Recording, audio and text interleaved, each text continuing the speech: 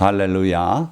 오늘 저는 여러 성도님들과 함께 부활의 첫 열매, 예수님의 부활, 이런 제목으로 함께 은혜를 나누겠습니다. 온 인류를 위한 큰 기쁨의 세 날들이 있는데, 첫째는 성탄절입니다.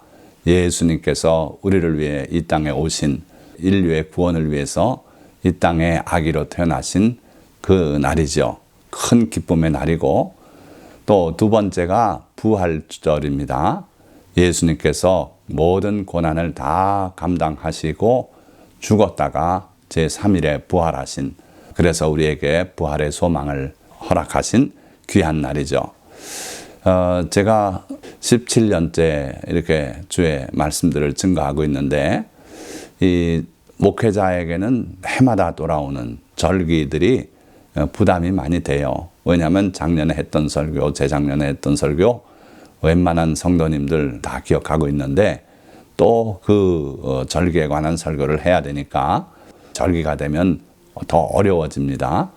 그러나 올해 저는 부활주일 설교를 준비하면서 이게 참 기쁨의 절기구나, 나에게 새 기쁨과 소망이 예수 그리스도의 부활 때문에 주어졌구나, 이걸 깊이 느끼면서 감사함으로 이 말씀을 준비하게 되었습니다.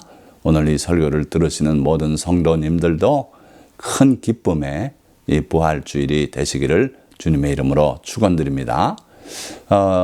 세 날 그랬는데 아직은 두 날 얘기했죠. 자, 이 두 날은 의미가 각각 다르죠. 성탄절은 시작의 날이었어요. 인류 구원의 시작의 날이고, 물론 하나님께서 태초부터 섭리하셨지만 그 일이 막상 이 땅 위에서 이루어진 첫날이죠. 그리고 부활절은 완성의 날이에요.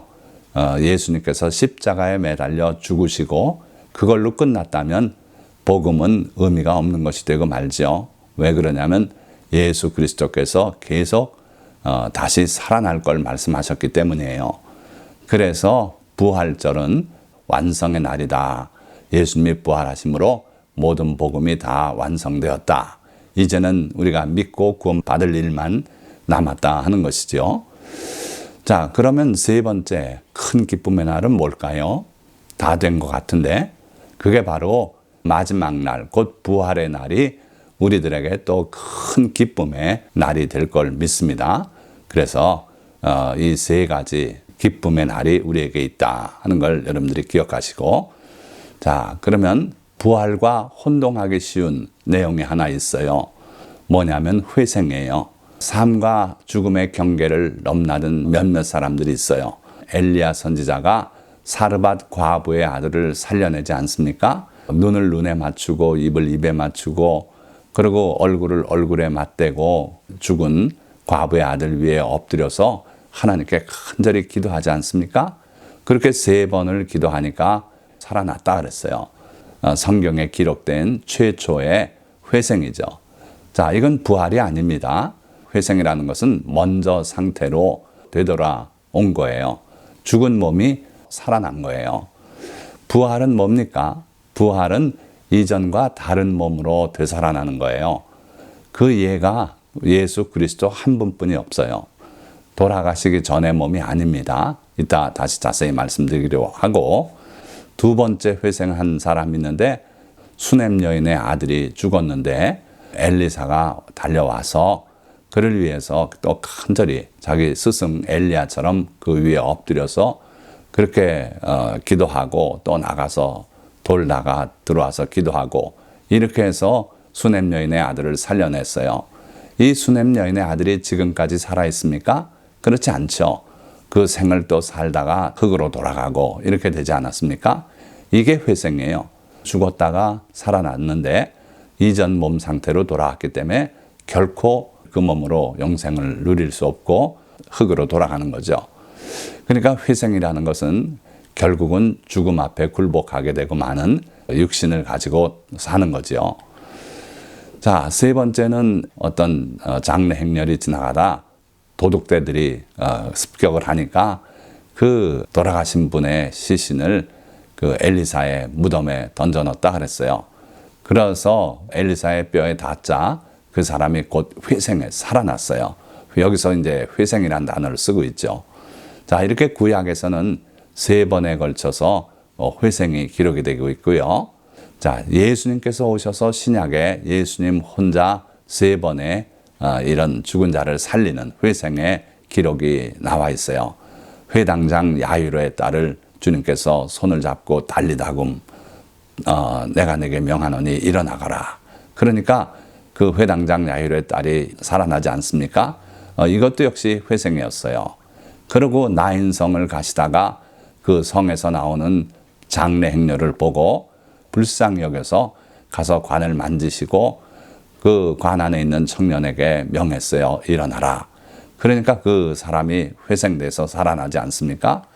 또 그 유명한 나사로 죽어서 장례인지 나흘이나 돼서 썩은 냄새가 나는 상황에서 그 무덤 문을 치우라 그러고 나사로야 나오라 하니까 나사로가 살아서 배로 동인체로 무덤에서 나왔다고 하잖아요. 자, 그러나 이 나사로도 아직까지 살아있습니까? 그렇지 못해요. 자, 그러나 오늘 우리가 이야기하는 예수 그리스도의 부활은 그것과는 전혀 성격이 다른 부활이에요.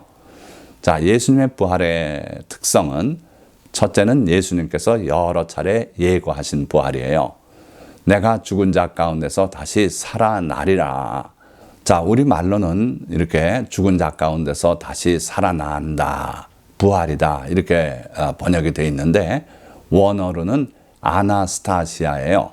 이게 뭐냐면 스타시아, 이게 일어남이에요. 아나스타시아, 다시 일어남. 그러니까 예수님께서 죽은 자 가운데서 다시 일어서신다는 거죠. 그래서 이걸 명사꼴로 아나스타시아, 이게 부활이죠. 자, 이전에 죽었다 살아난 사람 역시 일어났지요. 그러나 예수님의 아나스타시아는 전혀 성격이 달라요. 예수님 스스로가 그걸 여러 번 예고하셨고, 그리고 예수님의 그 무덤에 천사가 나타나서 증거했어요. 예수님의 시신에 향유라도 발라드리려고 그렇게 달려왔던 여제자들에게 여기 계시지 않고 살아나셨느니라. 너희가 산 자를 어찌 죽은 자 가운데서 찾느냐. 이렇게 천사가 친히 증거했던 그 예수님의 부활이에요. 그 예수님의 부활은 제자들에게 호련히 나타나는, 문이 닫혀 있고 두려워서 떨고 있는 가운데 호련히 나타나시는 그런 몸으로 살아나셨어요. 반면에 또 영하고 혼동이 되면 안 돼요. 영은 살과 뼈가 없고 특별한 경우에 나타나는 그러한 존재죠. 천사도 영이에요. 하나님도 영이시라 그랬어요. 그런데 예수님은 특이하게도 부활하신 후에 살과 뼈를 가지고 있는 몸으로 부활하셨어요. 그래서 제자들에게 손과 발을 내보이시며 만져보라고 명하기도 하고 그러셨죠. 그래도 의심하는 제자들이 있어서 너희 중에 먹을 것이 있느냐 하시고 생선 한 토막을 그들 보는 앞에서 다 잡수셨어요. 그러니까 예수님의 부활은 온전하게 부활하신 그런 몸이신데 그 몸은 이전과는 달라졌어요. 때로는 제자들이 못 알아보기도 하고 그러다가 주님께서 그들의 눈을 열어주시니까 알아보기도 하고 이런 몸으로 부활하셨죠. 자, 그러면 그 성경 구절을 하나씩 보면서 다시 한번 되새겨보면 누가복음 24장 39절에서 43절의 말씀이 지금 이야기한 내용을 거의 다 담고 있어요. 내 손과 발을 보고 나인 줄 알라. 또 나를 만져보라. 영은 살과 뼈가 없으되 너희 보는 바와 같이 나는 있느니라. 자, 제자들이 예수께서 부활해서 그들 가운데 턱 나타나시니까 제일 먼저 뭘로 예수님을 착각했냐면 영이시구나. 예수님은 돌아가시고 무덤에 계신데 그 영이 지금 나타나셨구나. 그렇게 생각을 했어요. 그러니까 예수님께서 나는 영이 아니다. 영은 살과 뼈가 없으되 너희 보는 바와 같이 나는 있느니라. 자, 내 손과 발을 보고 나인 줄 알라. 또 나를 만져보라. 이렇게 주님이 말씀하시지 않습니까? 이 놀라운 주님의 부활이 제자들의 큰 슬픔을 씻어낸 큰 기쁨이 되었어요. 이 부활절 새벽 아침까지 제자들은 슬픔 속에 쌓여 있지 않았습니까? 그러나 저녁에 그들이 모인 자리에 주님께서 이렇게 친히 나타나시니까 큰 기쁨이 그들 가운데 있었어요. 자, 40절 말씀 보니까 이 말씀을 하시고 손과 발을 보이시나 그들이 너무 기쁨으로 아직도 믿지 못하고 놀랍게 여길 때에 이르시되 여기 무슨 먹을 것이 있느냐 하시니 이에 구운 생선 한 토막을 드리니 받으사 그 앞에서 잡수시더라. 그래서 예수님의 부활의 몸은 이와 같은 몸이었다 하는 거예요. 요한복음에도 이날 곧 안식 후 첫날 저녁 때에 제자들이 유대인들을 두려워하여 모인 곳에 문들을 닫았더니 예수께서 오사 가운데 서서 이르시되 너에게 평강이 있을지어다. 이 말씀을 하시고 손과 옆구리를 보이시니 제자들이 주를 보고 기뻐하더라. 자, 여기도 보니까요, 유대인들이 혹시라도 자기들마저 잡아서 어떻게 할까봐 두려웠어요. 그래서 모인 곳에 문을 철저하게 잠그고 있었는데 예수님께서 그 가운데 나타나셨어요. 그래서 오셔서 평강이 있을지어다. 이 말씀을 하시고 손과 옆구리를 보이셨다 그랬어요.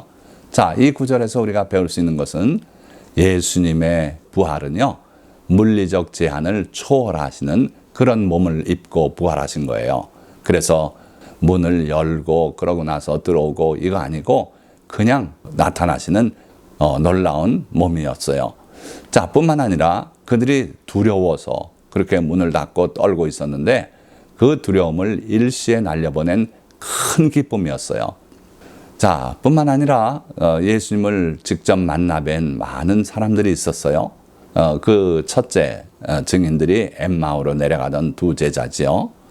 그날에 그들 중 둘이 예루살렘에서 25里되는 엠마오라 하는 마을로 가면서 이 모든 된 일을 서로 이야기하더라.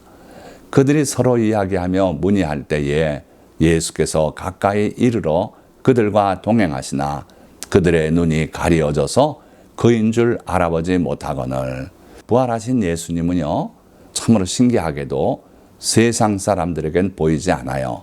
세상은 다시 나를 보지 못할 것이로되 너희는 나를 보리니. 예수님께서 잡히시기 전에 제자들과 마지막 만찬을 하시면서 긴 설교를 하실 때 분명히 그렇게 말씀했어요. 이제 세상은 다시 나를 보지 못할 것이다. 승천하시기 전 40일간 많은 사람들에게 보이셨어요. 그러나 세상 사람에겐 보이지 않으셨어요. 믿음의 사람들, 제자들, 그들에게만 보이셨어요. 때때로 주님이 자기 자신을 못 알아보게 하고 그들을 만나기도 하셨어요. 바로 이 엠마오로 내려가는 두 제자, 그들과 예수님이 함께 가시면서 많은 이야기를 나눴는데 그들의 눈이 가려져서 그인 줄 알아보지 못하거늘 그랬어요. 부활하신 주님과 대화를 하면서 그 주님과 걸어가면서도 주께서 그들의 눈을 가려버리니까 알아보지 못하더라 하는 거예요. 그러나 한 주막에 들어가서 식사를 하기 위해서 축사하실 때 그들의 눈이 열려서 그분이 예수님인 줄을 밝히 알게 되었고 그 순간 예수님이 사라지고 그들은 가던 엠마오를 등지고 다시 예루살렘으로 올라왔어요. 그래서 주님이 친히 그들에게 나타나셨던 것을 간증을 했죠. 자, 그러니까 부활하신 주님은 분명히 우리와 같은 그런 몸을 가지신 것 같으나 그 몸은 또 우리가 갖고 있지 못한 놀라운 속성을 다 가지고 계셨어요. 물리적인 장벽을 초월하시는 분이고 그러면서도 살과 뼈가 다 있고 때로는 다른 외모를 가지고 나타나기도 하시고 이러셨던 예수님이시다. 그러니까 예수님의 부활은 참으로 신기한 그런 몸이시다 하는 거죠. 예수님께서 40여일을 부활 후에 계시면서 마지막으로 500여 형제에게 일시에 나타내 보이기도 하셨어요. 자, 그리고 사도 요한을 불러 올리셔서 두려워하지 말라. 나는 처음이요 마지막이니 곧 살아있는 자라. 내가 전에 죽었었노라. 볼지어다 이제 세세토록 살아있어 사망과 음부의 열쇠를 가졌노니. 이런 분이 주님이시라는 거예요. 그러니까 주님은 이 땅에 오시기 전 천지를 창조하시기 전부터 계셨어요. 그래서 나는 처음이요 또 마지막이니 마지막 날을 말씀할 수 있는 분이 예수 그리스도이셔요. 그래서 마지막 날에 우리를 다시 살리겠다고도 약속하시고 하지 않습니까? 그러니까 나는 처음이요 마지막이니 곧 살아있는 자라 그러시면서 주님은 살아계신 분이시다. 그러나 내가 전에 죽었었노라. 주님의 그 사흘간의 죽음을 분명하게 말씀하고 있어요. 그러나 현재는 세세토록 살아있어 사망과 음부의 열쇠를 가졌느니 이제는 생사 화복의 모든 권한을 주님이 가지고 계시다. 그래서 우리 주님은 분명히 부활하셨고 그 부활하신 주님은 이제는 다시는 죽지 않고 세세토록 살아있고 그리고 사망과 음부까지 다스리는 그런 분이시다 하는 거예요. 자, 그럼 두 번째로 선지자를 통해 약속하신 부활을 간단히 살펴보고자 합니다. 두 선지자가 부활을 예언하셨는데 다니엘과 이사야 선지자예요. 다니엘 12장 2절에서 3절 말씀 보니까 땅의 티끌 가운데서 자는 자 중에서 많은 사람이 깨어나 영생을 받는 자도 있겠고 수치를 당하여서 영원히 부끄러움을 당할 자도 있을 것이며 지혜 있는 자는 궁창의 빛과 같이 빛날 것이요 많은 사람을 옳은 대로 돌아오게 한 자는 별과 같이 영원토록 빛나리라. 자, 그런데 오늘 신약 시대에 예수 그리스도를 믿어서 구원받은 우리들은요 땅의 티끌 가운데서 자다가 부활하지 않아요. 이미 영생을 허락하셨어요. 그래서 주의 말씀을 듣고 주님을 믿는 자는 영생을 이미 받았다고 말씀하셨어요. 그래서 사망에서 생명으로 옮겼느니라. 그리고 지금 살아서 나를 믿는 자는 죽음을 맛보지 않을 것이다. 많은 분들이 이걸 오해해요. 우리도 죽으면 티끌 가운데서 몸이 썩고 여기서 영원히 세월이 가는 줄 모르고 있다. 마지막 날 부활하는 날 긴 잠에서 깨어 일어나는 그런 형태로 생각을 많이 하는데 우리는 이미 사망에서 생명으로 옮겼고 음부에서 하나님 나라로 옮긴 자들이에요. 그래서 우리가 이 땅을 떠날 때는 천사에게 받들려 주님이 예비하신 처소로 영접하여 주님과 함께 영원토록 있게 하시겠다 그랬어요. 그러면 부활은 무슨 의미가 있습니까? 그것은요, 부활할 때 우리가 전혀 다른 생명을 받게 되기 때문에 그래요. 조금 이따 다시 살펴보기로 하고, 어쨌든 구약 선지자를 통해서도 이런 부활을 약속하셨어요. 그래서 의롭게 사는 자들은 영생을 받는 자가 있겠다. 그런가 하면 악인은 수치를 당하여서 영원히 부끄러움을 당한 자도 있을 것이다. 그들도 깨어나요. 그러니까 부활은 의인만 부활을 하는 것이 아니고 악인도 부활을 하고요. 의인은 영생으로 그리고 악인은 영벌로 들어가는 것이 다를 뿐이에요. 그래서 이 땅에 살면서 구약시대일지라도 하나님의 말씀을 실천하고 하나님을 사랑하고 지혜롭게 산 자는 궁창의 빛과 같이 빛날 것이고 많은 사람을 옳은 대로 돌아오게 한 자는 별과 같이 영원토록 빛나리라 약속하셨어요. 오늘 신약시대에 예수 그리스도를 주로 믿는 사람 중에 지혜 있는 자, 주님을 잘 받들어 섬긴 자는 말할 것도 없지요. 그래서 별과 같이 영원토록 빛날 것이고 영생을 받게 될 줄 믿습니다. 이사야 선지자는 이렇게 부활을 예고했어요. 사망을 영원히 멸하실 것이라. 누가 이 말씀을 하셨냐면 여호와께서 이같이 말씀하셨느니라. 하나님께서 결국 사망을 멸해버리시겠대요.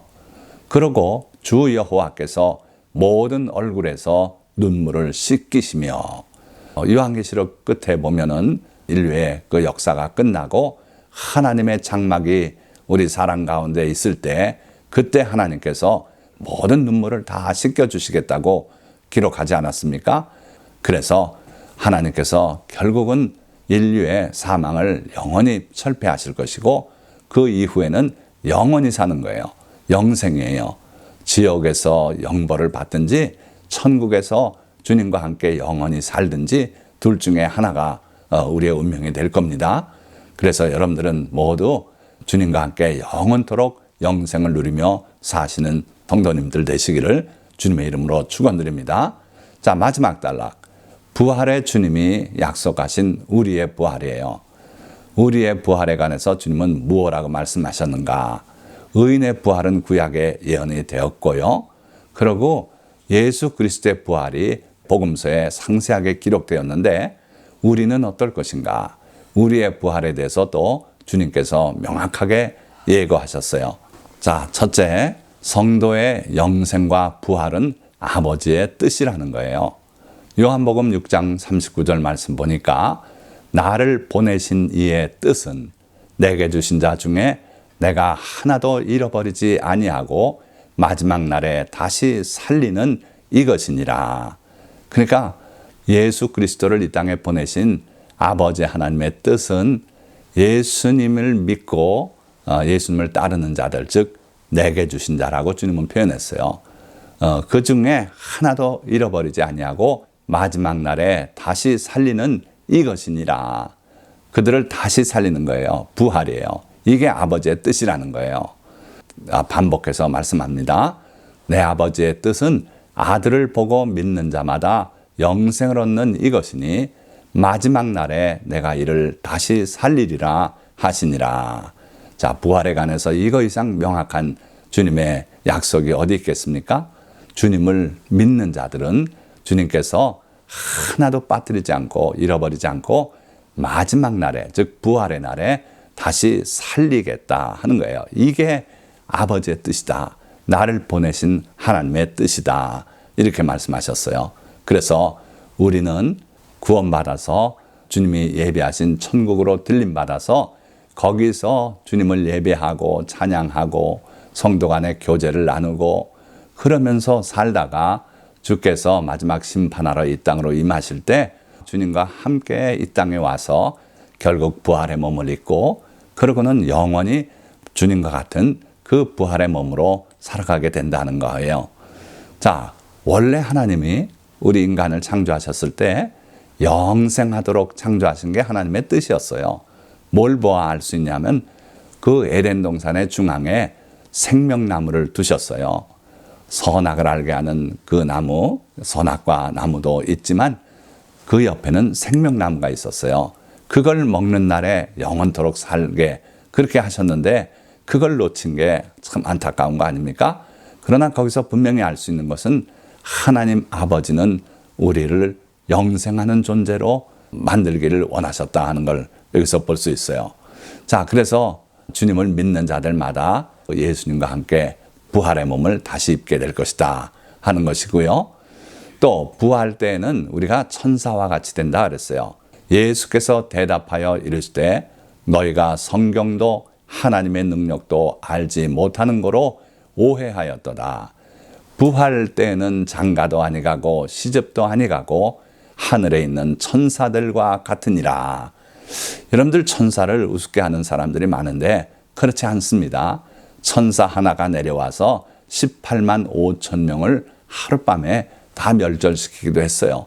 이렇게 능력 많은 존재들이 천사예요. 그런데 우리가 부활하면은 그때는 시집가고 장가하는 일도 없을 테고 우리가 하늘에 있는 천사들과 같으니라. 주님은 분명히 말씀했어요.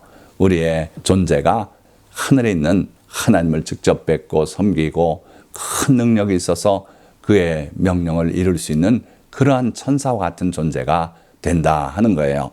누가복음도 그 내용을 똑같이 이렇게 말하고 있습니다. 그들은 다시 죽을 수도 없나니 이는 천사와 동등이요 부활의 자녀로서 하나님의 자녀임이라. 우리가 부활을 하게 되면 다시는 죽을 수도 없는 존재가 된다. 영생하는 존재고 천사와 같은 존재가 돼서 부활의 자녀로서 하나님의 자녀가 될 것이다. 이게 우리의 부활에 관한 주님의 약속이에요. 자, 말씀을 맺고자 합니다. 아들을 믿는 모든 자들에게 영생과 부활을 주시는 것이 아버지의 뜻입니다.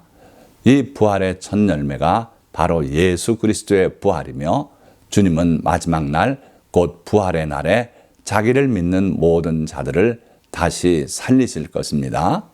그날 우리는 하늘의 천사와 같이 되어 영원한 천국에서 주님과 함께 영생을 누리게 될 것입니다.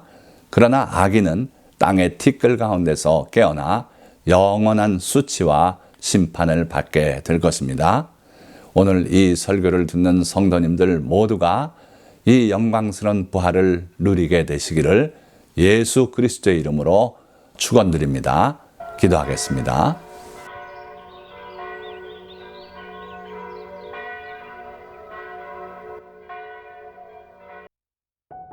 두려워하지 말라. 나는 처음이요 마지막이니 곧 살아있는 자라. 내가 전에 죽었었노라. 볼지어다 이제 세세토록 살아있어 사망과 음부의 열쇠를 가졌노니. 요한계시록 1장 17절 하반절에서 18절 말씀입니다. 땅의 티끌 가운데서 자는 자 중에서 많은 사람이 깨어나 영생을 받을 자도 있겠고 수치를 당하여서 영원히 부끄러움을 당할 자도 있을 것이며, 지혜 있는 자는 궁창의 빛과 같이 빛날 것이요 많은 사람을 옳은 대로 돌아오게 한 자는 별과 같이 영원토록 빛나리라. 다니엘서 12장 2절에서 3절 말씀입니다. 사망을 영원히 멸하실 것이라. 주 여호와께서 모든 얼굴에서 눈물을 씻기시며 자기 백성의 수치를 온 천하에서 제하시리라. 여호와께서 이같이 말씀하셨느니라. 이사야서 25장 8절의 말씀입니다. 나를 보내신 이의 뜻은 내게 주신 자 중에 내가 하나도 잃어버리지 아니하고 마지막 날에 다시 살리는 이것이니라. 내 아버지의 뜻은 아들을 보고 믿는 자마다 영생을 얻는 이것이니 마지막 날에 내가 이를 다시 살리리라 하시니라. 요한복음 6장 39절의 말씀입니다. 예수께서 대답하여 이르시되 너희가 성경도 하나님의 능력도 알지 못하는 거로 오해하였도다. 부활 때는 장가도 아니가고 시집도 아니가고 하늘에 있는 천사들과 같으니라. 마태복음 22장 29절에서 30절의 말씀입니다.